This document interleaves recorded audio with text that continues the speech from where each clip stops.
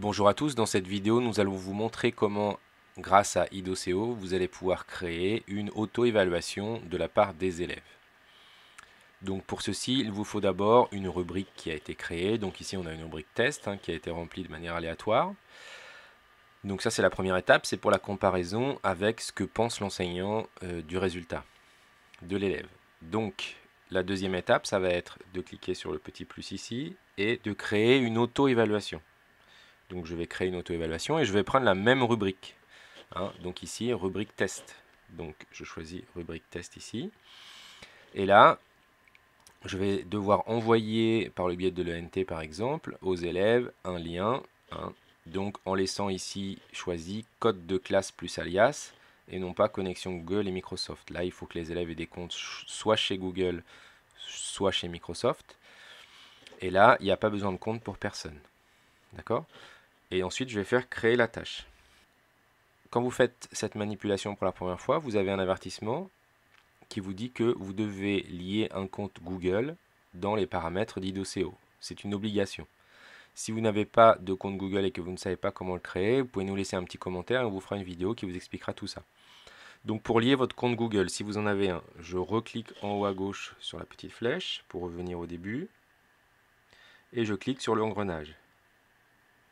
Et je vais avoir ici lien cloud. Donc là, j'ai déjà mon compte Dropbox qui est lié. Je vais maintenant cliquer sur Google pour lier et donc sur Google Drive. Je vais faire continuer. Et là, je vais saisir mon adresse mail et ensuite mon mot de passe. Une fois que j'ai saisi mon adresse mail, je clique sur suivant. Et je vais maintenant saisir mon mot de passe.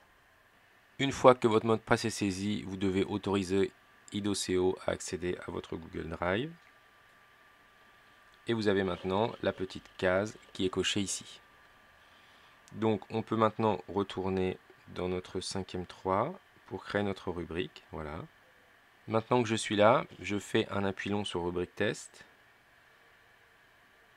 Et en bas, je clique ici sur le petit icône en couleur. Et donc il me repropose du coup de créer la tâche. Donc je crée la tâche. Et là j'ai ici un code qui est apparu. Donc 64 492. Et donc c'est ce code là avec l'adresse ici http://connect.idoceo.net que je vais envoyer à mes élèves. Quand vous avez envoyé le lien à vos élèves, donc qui va se retrouver ici dans le navigateur, ils arrivent sur cette page là et là il faut qu'ils rentrent le code que vous leur avez envoyé. Le code que vous leur avez envoyé était 64 492 et ensuite ils font entrer. Voilà. La première étape pour l'élève va être ici de ne pas mettre anonyme, de rentrer son nom ou un alias. Alors, donc pour tout ce qui est du RGPD, il est plus simple de demander à l'élève de remplir un alias que vous allez ensuite lier à son nom. Donc pour toute l'année, l'élève aura le même alias. Donc ici, par exemple, je vais choisir l'alias poivre. Voilà, l'alias de mon élève est poivre. Je clique sur OK. Une fois que il s'est bien identifié ici, donc juste en mettant son alias, il va pouvoir ici cliquer et choisir où il en est. Puis il fait livrer pour renvoyer les informations. Une fois que tout est validé, on a le petit point et éventuellement, si on a un ordinateur ou une tablette dans le gymnase, on peut demander aux élèves de faire ça à la suite. Ça va très très vite. Voilà, si je fais un deuxième élève ici, on va appeler celle. Voilà, et l'élève va ici pouvoir cocher où il en est et faire livrer. Une fois que mes élèves ont saisi, que je leur ai donné une date butoir pour saisir, donc ici vous avez vu qu'on a la date du vendredi 10 août 2018 qui s'est mis automatiquement, mais qu'on pourrait éventuellement changer. Donc je vais cliquer ici sur ramasser les devoirs livrés. Voilà. Donc il nous dit qu'en fait il a 0 étudiants qui sont déjà rattachés automatiquement puisque c'est la première fois que je le fais, mais qu'il a des alias poivre, sel et sucre. Donc je vais affecter les données d'alias non résolues. Voilà. Donc poivre correspond à nom 1, sel à nom 2 et sucre à nom 3. Et je vais cliquer ensuite sur OK.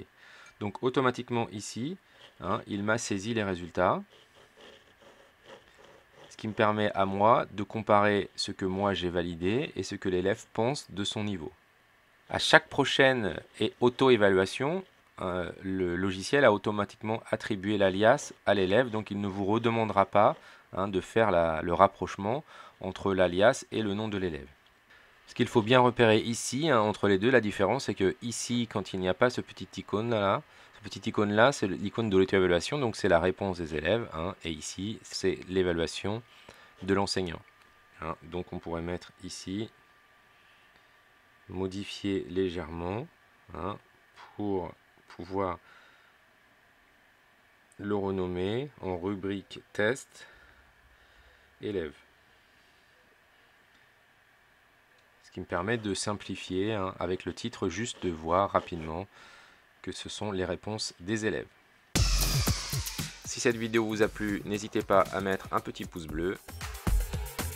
Vous pouvez aussi vous abonner aux chaînes pour nous suivre et recevoir des notifications en cas de nouvelles vidéos. Suivez-nous aussi sur Twitter et sur Facebook.